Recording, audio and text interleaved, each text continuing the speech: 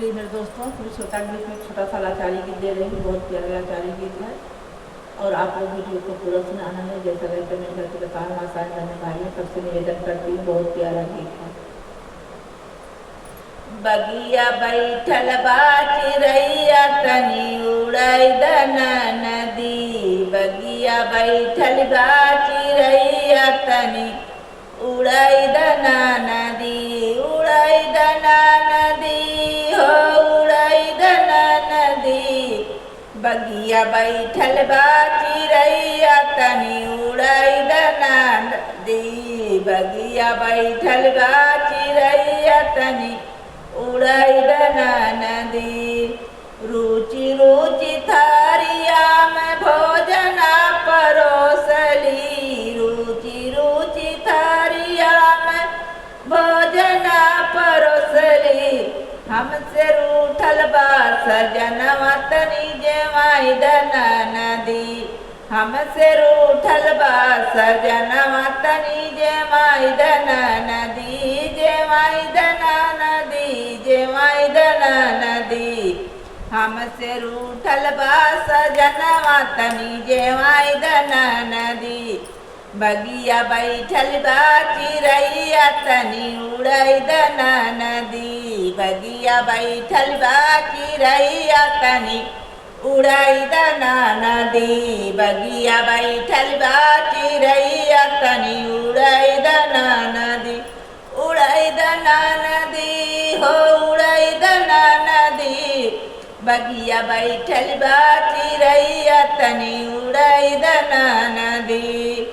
झांझर गेड़ुआ में जल भरी लाई। झांझर गेड़ुआ में जल भरी लाई। हमसे रूठल बाबल मुँह तनी घुटाई दना नदी। हमसे रूठल बाबल मुँह तनी घुटाई दना नदी। घुटाई दना नदी हो घुटाई दना नदी। हमसे रूठल बाबल मुँह तनी घुटाई दना नदी। बगिया बैठल बा चिरैया तनी उड़ाई दना नदी। बगिया बैठल बा चिरैया तनी उड़ाई दना नदी।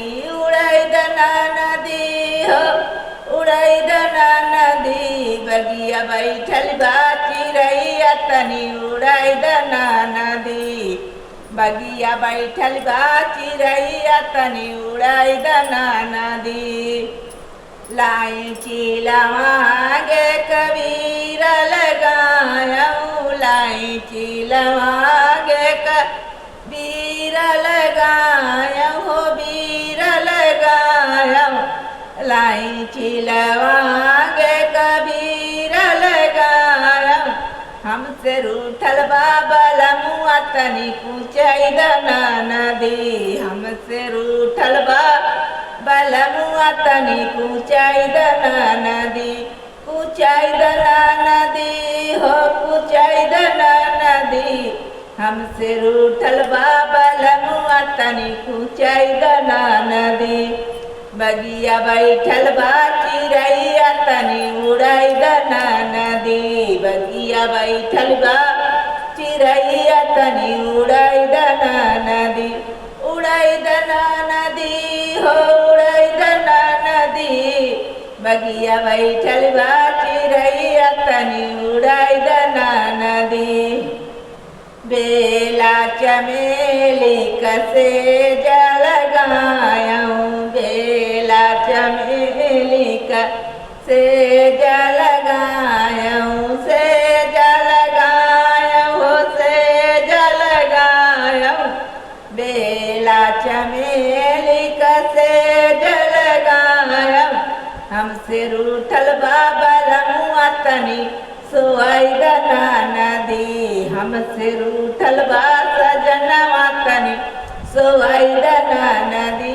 सोई दना नदी हो सोई दना नदी। हमसे रूठल बा सजनवा तनी सोई दना नदी। बगिया बैठल बा चिरैया तनी उड़ाई दना नदी। बगिया बैठल बा चिरैया तनी उड़ाई दना नदी, उड़ाई दना नदी हो उड़ाई दना नदी, बगिया बैठल बा चिरैया तनी उड़ाई दना नदी।